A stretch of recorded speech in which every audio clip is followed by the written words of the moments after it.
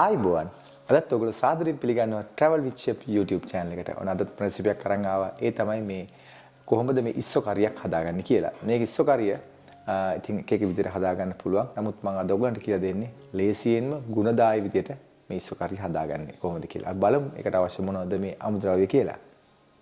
ඉතින් මේ තමයි ඉස්සෝ ටික. ඉස්සෝ ඇත්තටම සුද්ධ කරලා හොඳට තියෙන්නේ. ඔකට පොතුත් එක්ක පුළුවන්. නමුත් මේක ලේසි මේ වගේ ඉස්සෝ මේ කරියක් හදද්දි හරියටම හදා ගන්න පුළුවන්. ඉතින් මේ සුද්ධ කරද්දි මතක තියාගන්න මේකේ තියෙන මේ තියෙන කුණු ටික අයින් කරන්න ඕනේ මෙතන කපලා. ඉතින් අයින් කර මම ඇත්තට මේක ගත්තේ මම මේක රෙඩි මේඩ් එක. ඉතින් මේක මේ විදිහට හොඳට සුද්ධ කරලා ක්ලීන් කරලා තියෙන්නේ. ඉතින් එතන තියෙන ග්‍රෑම් 300 වගේ ප්‍රමාණයක්. ඊළඟට අපිට තියෙනවා පොඩියටම කපාගත්ත තක්කාලි තියෙනවා. ඉතින් අවමිරිස් තියෙනවා, ලුණු තියෙනවා. ඊළඟට රම්පේ තියෙනවා, ඊළඟට කරපිංච තියෙනවා, උළුහල් ටිකක් අපිට අවශ්‍ය වෙනවා, කුරුදු පොතු අවශ්‍ය වෙනවා, සුදු ලුණු, ඊළඟට අමු 3-5, කහ කුඩු ටිකක්, ඊළඟට අපිට ලුණු සල් අවශ්‍ය වෙනවා. ඒත් එකම හොඳ පොල් කිරික අපිට අවශ්‍ය වෙනවා. පොල් කිරි මගේ ළඟ තියෙනවා.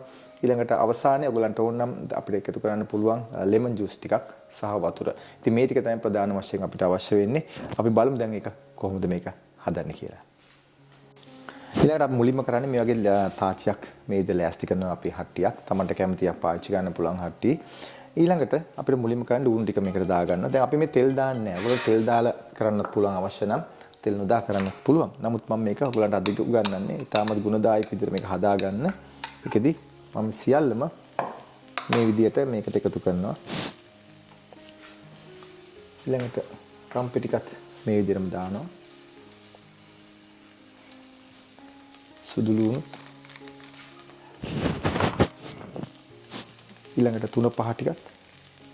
ඉතින් අපිට මේ අපේ කුළු බඩු ටික සියල්ලම මේ වෙලාවේ එකතු කරන්න පුළුවන්. දැන් කරපිංචි ටික. ඊළඟට උළුහාල් මේක බෙදලා අරන් තියෙන මේ උළුහාල් ටික. ඊළඟට පොඩ්ඩක් යාන්තම් chili powder ටිකක් අපි එකතු කරනවා. ඒක ගොඩාක් මේ දැවිලා දාගන්න එපා. මේක නැත්තම් පොඩි අයට කන්න බැරි වේවි. ඒ විදිහට ඊළඟට මේකට මම එකතු කරන වතුර ටිකක්. දැන් මේක හොඳට තැම්බෙන්න ඕන. දැන් අපිට තියෙන ගින්දර පොඩ්ඩක් දැන් වැඩි කරලා අපි මේක හොඳට තැම්බෙන්න අරිමු. ඊළඟට මේකෙදි අපිට මේ රම්ප කරපිංච අපි දාපු තක්කාලි ලුණු හොඳට තැම්බෙන්න ඕනේ. එතකොට ඒකෙන් එන අමුතුම රසක්. ඒ රසත් එක්ක තමයි ඊළඟට මම පෙන්වන්නේ කොහොමද මේක හදාගන්නේ කියලා. ඉතින් වතුර තාම පොඩ්ඩක් වැඩි කර ප්‍රශ්නයක් නැහැ.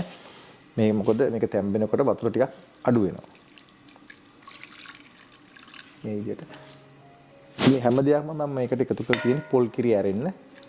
දැන් මේක ටිකක් තැම්බෙන්න අරු මේ විදිහට. ගොඩ වතුර කරගන්න එපා. සාමාන්‍ය මේක තැම්බෙන ප්‍රමාණය වතුර ටික තියෙන්න ඕනේ. ඉතින් මේක ටිකක් අපි තැම්බෙන්න අරිමු.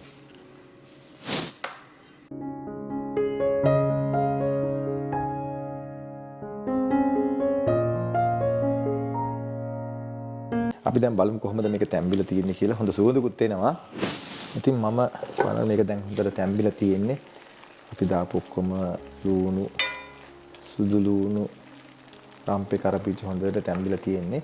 දැන් මම කරන්නේ මේකට මේ පොල් කිරි ටිකක්, පොල් කිරි ටිකක් එකතු කරනවා මේ විදිහට. හොඳට ඊට පස්සේ ඒත් එක්කම මම ලුණු ටිකකුත් එකතු කරනවා.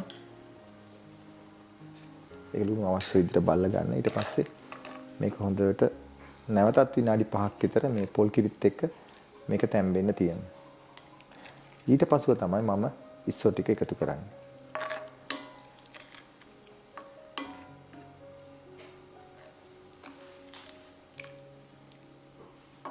දැන් මේක හොඳට නටලා තියෙන්නේ සුවඳත් එනවා පොල් කිරි සුවඳත් එක්ක. දැන් මම මේකට එකතු කරනවා මගේ ඉස්සෝ ටික. අපි මේ විදිහට මේක එකතු කරන්න පුළුවන් මේ ආකාරයෙන්.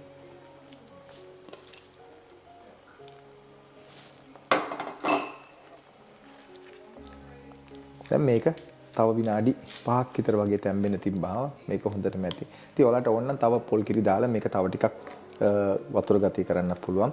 නමුත් ගොඩාක් වතුර වුණාමත් ඒක රස නැහැ. මතක තියාගන්න මිස්සෝ තම්බද්දි මේ වගේ හොද්දක් හදද්දි වැඩි වෙලා මේක තම්බන්න එපා ඉස්සා. එහෙම වුණොත් මේක රබරි ගතිය එනවා. මේකේ ඉස්සගේ ජූසි ගතිය ඇතුලේ තියෙන්න ඕන මේක කනකොට. තියෙන්නේ නැත්නම් ගොඩක් වෙලාවට තියෙන්නේ මේක ඕනට වඩා තැම්බුවන් පස්සේ ඒකේ තියෙන ටෙක්ස්චර් එක නැති වෙලා ඒකේ තියෙන ජූසි ගතිය නැති වෙලා නිකන් රබරි ගතියක් එනවා කනකොට. ඉතින් ඔයාලට ඒ අත්දැකීම් ඇති. ඉතින් ඒක නිසා මම සුපවේදී කැඩ ඔයගොල්ලන්ට කියන්නේ මේක හරි පරිස්සමෙන් කරන්න ඕන වැඩක්. මේක විනාඩි 5ක් සහ මේක තැම්බෙන පාට වෙනස් වෙන ගමන් මට අයින් කරගන්න පුළුවන්. මොකද අනිත් සියලුම දාපු අපි කුළුබඩු ටික ඔක්කොම හොඳට තැම්බිලා මේ හැමදේම තියෙන්නේ. ඒ නිසා ඉස්සෝ කරද්දි ඉක්මනින්ම අයින් කරගන්න. වහලා තම්බන්න යන්න එපා.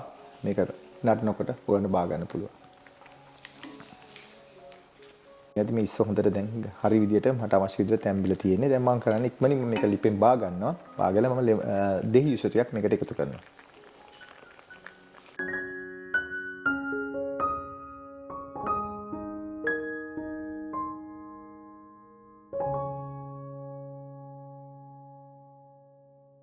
ඉතින් මේ තමයි අද හදාගත්ත මේ ඉස්සෝ කරි එක.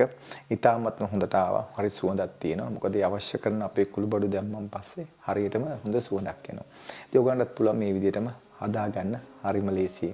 ඉතින් හදලා ඔයගලන් ඊළඟට මේකට ඔයගලන්ට මේ තව මේ මිරිස් එහෙම අඩු වැඩි කරගන්න පුළුවන්. ඒ වගේම තමයි මේක ටෙම්පරාදු කරලා හදාන්නත් පුළුවන්. නමුත් ඉතින් මේකට පොල් කිරිත් දානවා, තෙලුත් දාන නිසා දෙක නවත්තන්න තමයි මම තෙල් නොදා මේක හැදුවේ. ඉතින් ඔයගොල්ලොත් මේක හදලා බලලා ඔයාලගේ අමුත්තන්ට සංග්‍රහ කරන්න පුළුවන්. ඉතින් මම හිතනවා අද වීඩියෝත් ඔයගොල්ලෝ යමක් ඉගෙන ගන්න ඇති කියලා. මෙවැනි අලුත් වීඩියෝ හදලා හම්බ වෙනතුරු අදට ගිහින් එන්න. ඔබට සුබ දවසක්. ආයුබෝවන්.